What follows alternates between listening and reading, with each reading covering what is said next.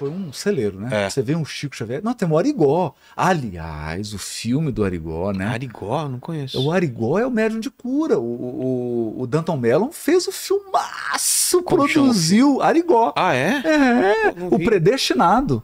Pô. O filme chama O Predestinado. Pra mim, é um dos melhores filmes desse tipo de assunto.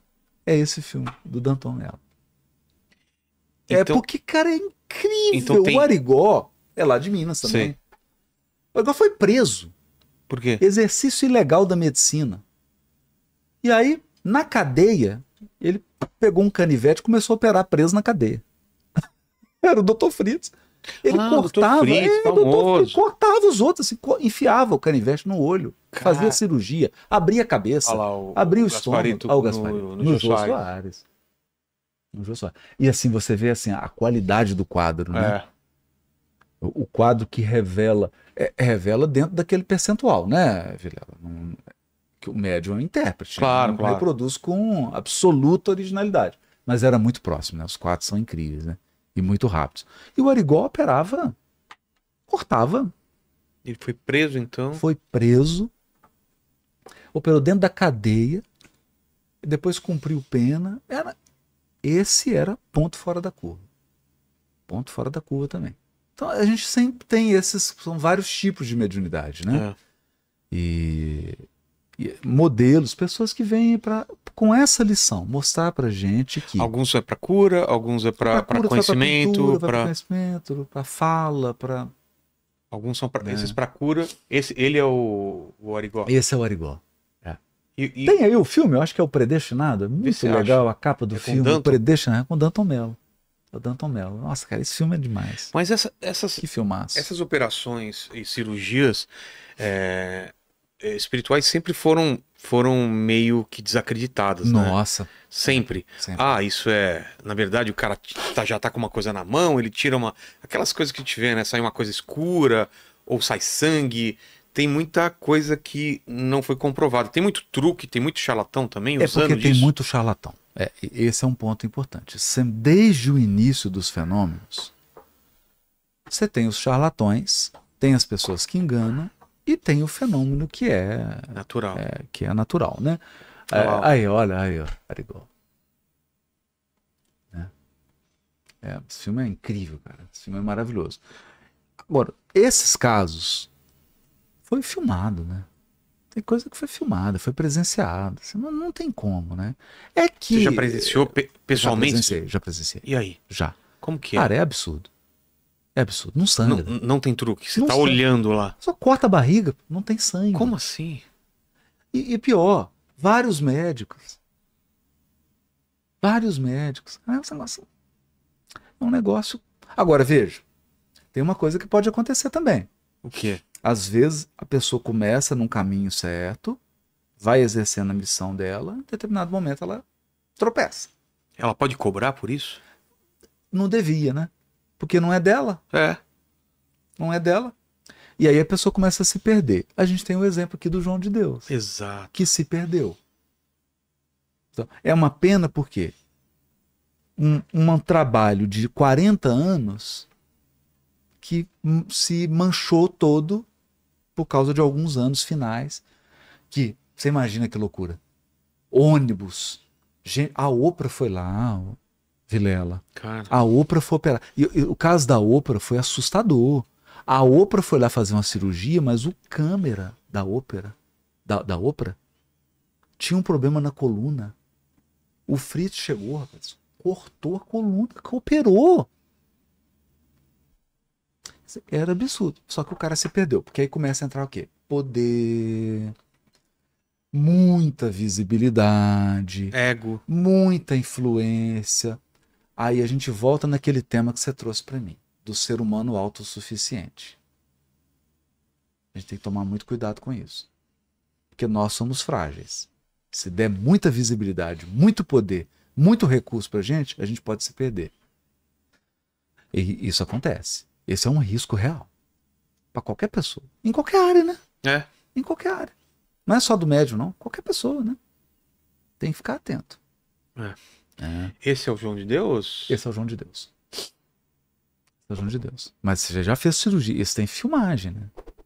Tem filmagem. Depois começou a se envolver, né? Com questão de Agora abuso sexual. Aí- Aí começa a ferrar tudo, né? a parte mais polêmica que eu acho são as citações da Bíblia que deixam muito claro para não se comunicar com os mortos, né? Qual que é a tua Olha, interpretação sobre depende, isso? viu? Só tem uma, né? Você Que é uma lembra dela? proibição de você consultar os adivinhadores. Agora, Vilela, raciocina comigo. Eu sou da área jurídica.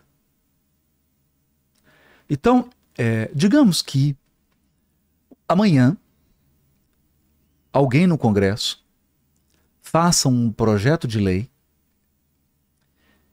proibindo você de gravar esse podcast levitando a mais de 10 mil metros de altura. O que você vai achar desse projeto de lei? Ele está proibindo você de gravar esse podcast levitando a 10 mil metros. Tá bom, eu consigo fazer isso. Não levito mais. Então tem uma regra no direito que é o seguinte: você só proíbe o que é possível. É. Então eu sempre digo isso aos meus amigos evangélicos, que eu tenho muitos. Amigas, amigos, pastores, muitos. Meus amigos pessoais. Queria mandar um abraço aqui, pastor Enéas, meu irmão querido. Se proibiu, é porque é possível. Se proibiu, é porque é possível. Sim. Tanto que o Saul se manifestou. Se proibiu é porque é possível. Por que proibiu? Por quê? Por causa dos perigos. Então, existia comunicação com os mortos naquela época E foi necessário o dizer negócio que virou uma bagunça. Negócio virou uma... qualquer coisa Aí Moisés chegou e falou, ó, parou. chega desse negócio. Tá proibido. Vamos concentrar. E que no fundo, Vilha, eu gostaria até de dizer isso. Eu acho assim. Se você tá aqui, é que você tem uma missão para fazer coisa aqui. Não dá para você colocar todo o foco da sua vida e ficar entrando em contato com o espírito. Sabe por quê? Porque depois que você morrer, você vai estar só com o espírito. Você vai ver espírito, ouvir espírito, né? Se você tá aqui, que você tem que fazer alguma coisa aqui. A gente não pode perder o foco. Sabe? A gente tem que tomar cuidado. Nós temos deveres aqui, a gente tem responsabilidades. Vamos fazer. O contato com os espíritos é para nos auxiliar a não perder o ânimo, a coragem, o rumo, o foco. Não é para você viver exclusivamente disso. E é importante dizer, por exemplo, Chico Xavier trabalhou, aposentou, era funcionário público, nunca faltou um dia de trabalho. Mais do que isso, o irmão dele morreu, a cunhada foi internada no hospital psiquiátrico e ele ficou com um sobrinho tetraplégico para cuidar até a morte. Caramba. Então, em nenhum momento ele usou os dons espirituais dele como desculpa para não fazer o que ele tem que fazer aqui. Então a gente tem que ter cuidado. Eu acho que Moisés proibiu, primeiro porque assim, eram 2000 anos antes de Cristo, a humanidade era muito infantil. Eu acho que a gente melhorou um pouquinho, né? Então, a proibição foi contextual, ela aconteceu porque estava tendo um abuso, como tem até hoje. Tem gente que vai consultar para saber. Ai, eu devo vender o imóvel? Que carro que eu tenho que comprar? Devo casar ou não? Ah, pelo amor de Deus, tá achando que os espíritos estão lá para ficar escolhendo carro para você?